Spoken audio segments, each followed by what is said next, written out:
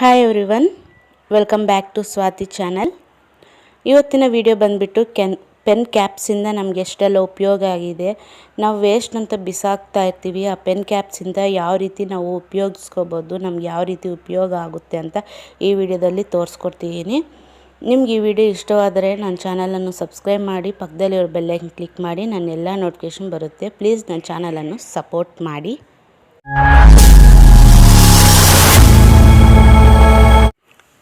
ನೀವಾಗಲೇ ನೋಡಿರ್ಬೋದು ತಮ್ಲೈನಲ್ಲಿ ಪೆನ್ ಕ್ಯಾಪ್ಸಿಂದ ಏನೆಲ್ಲ ಉಪಯೋಗ ಇದೆ ಅಂತ.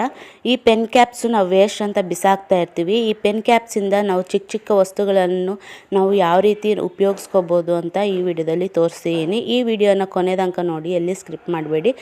ನಿಮ್ಗೆ ಇಷ್ಟವಾದಲ್ಲಿ ನನ್ನ ಚಾನಲನ್ನು ಸಬ್ಸ್ಕ್ರೈಬ್ ಮಾಡಿ. ಹೊಸದಾಗಿ ಯಾರಾದರೂ ನೋಡ್ತಿದ್ರೆ ಪ್ಲೀಸ್ ಸಬ್ಸ್ಕ್ರೈಬ್ ಮಾಡಿಕೊಂಡು ನನ್ನ ಚಾನಲನ್ನು ಸಪೋರ್ಟ್ ಮಾಡಿ.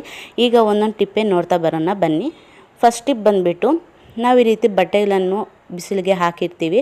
ಒಂದೊಂದು ಟೈಮಲ್ಲಿ ನಮಗೆ ಬೇಗ ಕ್ಲಿಪ್ಸ್ ಅನ್ನೋದು ಸಿಗೋದಿಲ್ಲ. ಆ ಕ್ಲಿಪ್ಸ್ ಸಿಗದಿರೋ ಅಂಥ ಟೈಮಲ್ಲಿ ನಾವು ಈ ಪೆನ್ ಕ್ಯಾಪ್ಸ್ ಇರುತ್ತಲ್ಲ, ಆ ಪೆನ್ ಕ್ಯಾಪ್ಸನ್ನು ಈ ರೀತಿ ಬಟ್ಟೆಗೆ ಹಾಕ್ಕೋಬೋದು.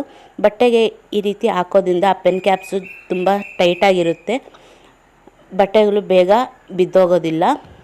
ಈ ರೀತಿ ತುಂಬ ಚೆನ್ನಾಗಿ ಡ್ರೈ ಆಗುತ್ತೆ. ಈ ರೀತಿ ಒಂದು ಸಾರಿ ಟ್ರೈ ಮಾಡಿ ನೋಡಿ.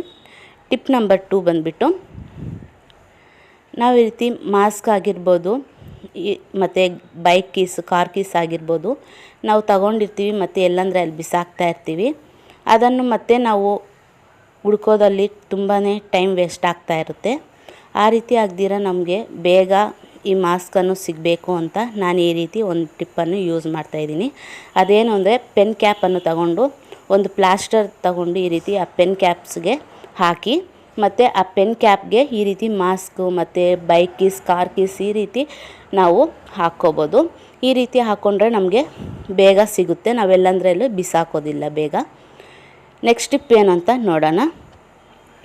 ನಾವು ಈ ರೀತಿ ಮನೆಯಲ್ಲಿ ಕ್ಯಾಲೆಂಡರ್ಸನ್ನು ಹಾಕಿರ್ತೀವಿ. ಆ ಕ್ಯಾಲೆಂಡರ್ಸ್ ಹಾಕಿರುವಾಗ ಗಾಳಿ ಬಂದಾಗ, ಇಲ್ಲ ಫ್ಯಾನ್ ಹಾಕಿರುವಾಗ ಗಾಳಿಗೆ ಈ ರೀತಿ ಹೊಡ್ಕೊತಾ ಇರುತ್ತೆ, ಸೌಂಡ್ಗೆ ನಮಗೆ ಮತ್ತು ನೈಟಲ್ಲಿ ನಿದ್ದೆ ಬರೋದಿಲ್ಲ. ಅದಕ್ಕೋಸ್ಕರ ಈ ರೀತಿ ಪೆನ್ ಕ್ಯಾಪ್ಸ್ ಇರುತ್ತಲ್ಲ, ಆ ಪೆನ್ ಕ್ಯಾಪ್ಸ್ಗೆ ಈ ರೀತಿ ನ್ಯೂಸ್ ಪೇಪರ್ಗೆ ಹಾಕಬೇಕು. ಈ ರೀತಿ ಹಾಕ್ಕೊಳ್ಳೋದ್ರಿಂದ ನಮಗೆ ಗಾಳಿ ಎಷ್ಟೇ ಜೋರಾಗಿ ಬಂದರೂ ಆ ಸೌಂಡ್ ಅನ್ನೋದು ಬರೋದಿಲ್ಲ, ನಮಗೆ ಡಿಸ್ಟರ್ಬೆನ್ಸ್ ಕೂಡ ಆಗೋದಿಲ್ಲ. ನಿಮಗೆ ಈ ಟಿಪ್ಸಲ್ಲಿ ಯಾವ ಟಿಪ್ ಇಷ್ಟ ಆಗಿದೆ ಅಂತ ನನಗೆ ಕಾಮೆಂಟ್ ಮಾಡಿ. ಹೊಸದಾಗಿ ಯಾರಾದರೂ ನನ್ನ ಚಾನಲನ್ನು ನೋಡ್ತಿದ್ರೆ ಪ್ಲೀಸ್ ಸಬ್ಸ್ಕ್ರೈಬ್ ಮಾಡಿಕೊಂಡು ಸಪೋರ್ಟ್ ಮಾಡಿ. ನೆಕ್ಸ್ಟ್ ಟಿಪ್ ಏನಂದರೆ, ನಾವು ಈ ರೀತಿ ಶಾಪಲ್ಲಿ ಏನಾದರೂ ತಂದಿರ್ತೀವಿ, ಗೋಧಿ ಹಿಟ್ಟು, ಮೈದಾ ಹಿಟ್ಟು ಮತ್ತು ತೊಗರಿಬೇಳೆ ಈ ರೀತಿ ಏನಾದರೂ ತಂದಿರುವಾಗ ಆಫ್ ಯೂಸ್ ಮಾಡಿರ್ತೀವಿ, ಆಫ್ ಹಾಗೆ ಇಟ್ಟಿರ್ತೀವಿ. ಅದನ್ನು ಹಾಗೆ ಇಟ್ಟರೆ ಹುಳ ಹೋಗಿ ಸೇರಿಕೊಂಡು ಹುಳ ಬೀಳೋದು, ಇಲ್ಲಾಂದರೆ ಗಾಳಿಗೆ ಅದು ಮೆತ್ತಗಾಗೋದು ಈ ರೀತಿ ಆಗ್ತಾಯಿರುತ್ತೆ. ಅದಕ್ಕೋಸ್ಕರ ಈ ರೀತಿ ಫೋಲ್ಡ್ ಮಾಡಿಬಿಟ್ಟು ಅದಕ್ಕೆ ಒಂದೆರಡು ಪೆನ್ ಕ್ಯಾಪ್ಸನ್ನು ಹಾಕಬೇಕು. ಈ ರೀತಿ ಹಾಕಿದ್ರೆ ಅದು ಚೆಲ್ಲೋದು ಇಲ್ಲ ಮತ್ತು ಹುಳ ಕೂಡ ಬೀಳೋದಿಲ್ಲ. ಈ ರೀತಿ ಒಂದು ಸರಿ ಟ್ರೈ ಮಾಡಿ ನೋಡಿ.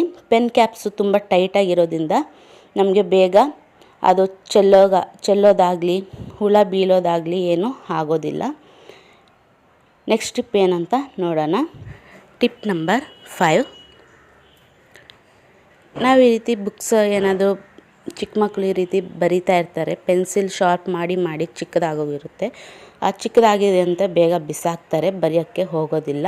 ಅಂಥ ಟೈಮಲ್ಲಿ ಏನು ಮಾಡಬೇಕಂದ್ರೆ, ಆ ಪೆನ್ಸಿಲ್ಗೆ ಈ ರೀತಿ ಕ್ಯಾಪನ್ನು ಹಾಕಿದ್ರೆ ಸ್ವಲ್ಪ ದೊಡ್ಡದಾಗುತ್ತೆ ಮತ್ತು ಅವ್ರು ಇಟ್ಕೊಂಡು ಬರೆಯೋಕ್ಕೆ ಕೂಡ ತುಂಬ ಈಸಿ ಆಗುತ್ತೆ, ಬೇಡ ಅಂತ ಬಿಸಾಕೋದಿಲ್ಲ ಮತ್ತು ನಮಗೆ ಗ್ರಿಪ್ ಕೂಡ ಚೆನ್ನಾಗೆ ಸಿಗುತ್ತೆ. ಈ ರೀತಿ ಟ್ರೈ ಮಾಡಿ ನೋಡಿ.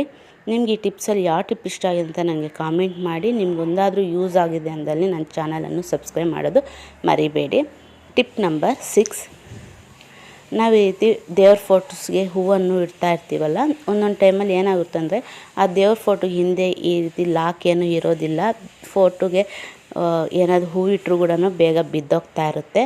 ಆ ರೀತಿ ಬಿದ್ದೋಗ್ದಿರ ಇರಬೇಕಂತ ಇಲ್ಲಿ ಒಂದು ಕ್ಯಾಪನ್ನು ತಗೊಂಡು ಒಂದು ಪ್ಲಾಸ್ಟರನ್ನು ಈ ರೀತಿ ಹಾಕಿ, ಈ ರೀತಿ ಹಾಕಿದ್ರೆ ನಾವು ಆ ಕ್ಯಾಪ್ಗೆ ಹೋಲ್ ಇರುತ್ತಲ್ಲ, ಆ ಹೋಲ್ಗೆ ನಾವು ಹೂವನ್ನು ಇಡ್ಬೋದು.